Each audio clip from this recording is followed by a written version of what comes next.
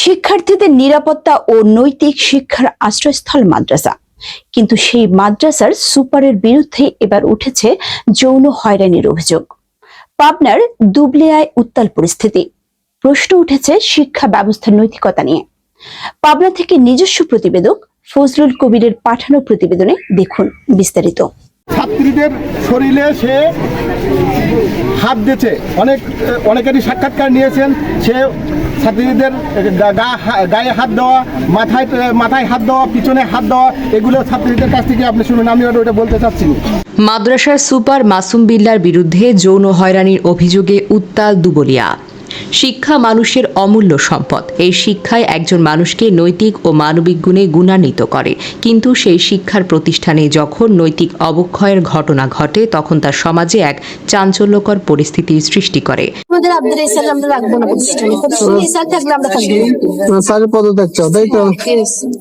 শুধু বাড়ির জন্য নাকি অন্য কোনো আক্রোশ আছে? অন্য কোনো ইয়ে আছে? অন্য কি আর অভিযোগ বলো?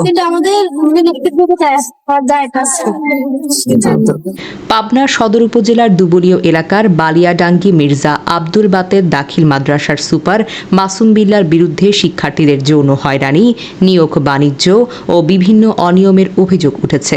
গত ২৬ মে সোমবার দুপুর ১২টায় মাদ্রাসা প্রাঙ্গণে শিক্ষার্থীরা ও তাদের অভিভাবকেরা মানববন্ধন করেন। এ সময় তারা সুপার মাসুম বিল্লার অপসারণ ও দৃষ্টান্তমূলক শাস্তির দাবি জানান। কথা আসলে না বললেই হয় না, সেটা হচ্ছে মাসুম বিল্লার পরিচয়টা আমি বলি। মাসুম বিল্লাহ হচ্ছে আওয়ামী লীগের প্রোডাক্ট। তিনি দীর্ঘদিন যাবৎ তিনি এবং তার পরিবারের লোকজন তারা আওয়ামী লীগের সাথে জড়িত। শিক্ষকদের সাথে সে তুইমুই করে ব্যবহার করে এবং তাদের তুচ্ছ তাচ্ছিল্য ব্যবহার করে এবং কিছু টিচারদেরকে সে মারপিটও করেছে।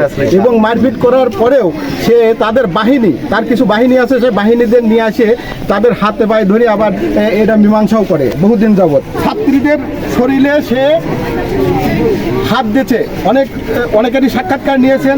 সে ছাত্রীদের গায়ে হাত দেওয়া, মাথায় হাত দেওয়া, পিছনে হাত দেওয়া, এগুলো ছাত্রীদের কাছ থেকে আপনি শুনুন। আমি ওটা বলতে চাচ্ছি। আমি বলতে চাই, ইনার এত অনীতি দুর্নীতির পরে এই প্রতিষ্ঠান আমরা ওনাকে চাই না। এবং তোমরা কি চাও? ওনাকে চাও? কি চাচ্ছ? পদত্যাগ। শিক্ষার্থীদের পক্ষে অভিভাবকদের জায়গা নেন কিছু শিক্ষক ও শিক্ষিকা। অভিযোগ রয়েছে তারা একজোট হয়ে সুপারের বিরুদ্ধে ওঠা অভিযোগগুলো ধামাচাপা দেওয়ার চেষ্টা করেছেন। সহকারী শিক্ষিকা রাবেয়া খাতুন এক প্রশ্নের জবাবে বলেন, আমরা দায়িত্ব থেকে বিচার চাইনি, শুধু শিক্ষার্থীরাই বিচার চেয়েছে। তিনি আরও বলেন, একজন শিক্ষক ভুল করলে আমরা তার হয়ে ক্ষমা চাইতেই পারি। তার এই বক্তব্যে স্থানীয়দের মধ্যে ক্ষোভ ও প্রশ্ন তৈরি হয়েছে। যৌন হয়রানির মতো জঘন্য অভিযোগে অভিযুক্ত কেউ কিভাবে কেবল ক্ষমা চেয়ে পার পেয়ে যেতে পারে? এ কি বিচার, নাকি বিচারের নামে কোনো প্রহসন? আমরা শিক্ষকের মর্যাদা আপনারাও জানেন। আমার দাবি দেওয়াটা সমঝোতা, যারা বিপক্ষে আছে তাদের কাছে আমাদের দাবি দেওয়াটা করা হয়েছে। এখন তারা কতটুকু আমাদেরকে সেইটা ক্ষমার চোখে দেখবে কি না দেখবে সেটা নিতান্তই তাদের ব্যাপার। আশা তো করে যে অপরাধ করে তারা তো আশা করে আমরা অপরাধী। আমরা এখন সবার চোখে অপরাধী হয়ে গেছি। এখানে আমরা ধরেন যে আশা করতেছি যে আমরা একটা সমঝোতায় থাক। একটা মানুষ অসম্মানিত ব্যক্তি তো পৃথিবীর বুকে ঘৃণিত, কিন্তু একজন মানুষ, সে প্রধান হোক আর যেই হোক, তার ব্যাপারে আমরা শিক্ষকের জায়গা থেকে সেই চেয়ারে বসে আমরা তাকে যাতে আপনারা বা যারা করছে তারা ক্ষমা করে দিয়ে একটা সুযোগ দেওয়া হোক, এই জন্য আমরা দাবি দেওয়া করছি।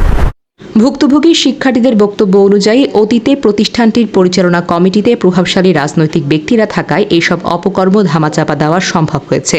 তবে বিগত শাসক গোষ্ঠীর পতনের পর শিক্ষার্থীরা নিজেদের ওপর চলা অন্যায় ও নির্যাতনের বিরুদ্ধে প্রতিবাদ জানানোর সাহস পেয়েছেন। সাংবাদিকরা মাদ্রাসার আগের কমিটির তালিকা চাইলে সহকারী শিক্ষিকা ও অন্যান্য শিক্ষকরা তা দেওয়ার আশ্বাস দিলেও এখনো পর্যন্ত তা সরবরাহ করা হয়নি। ভুক্তভোগী এবং সচেতন অভিভাবকদের দাবি, বিষয়টি যেন প্রভাবশালী মহলের চাপের মুখে হারিয়ে না যায় এবং দোষীদের বিরুদ্ধে যেন দ্রুত ও সঠিক তদন্তের মাধ্যমে আইনানুগ ব্যবস্থা প্রয়োগ করা হয়।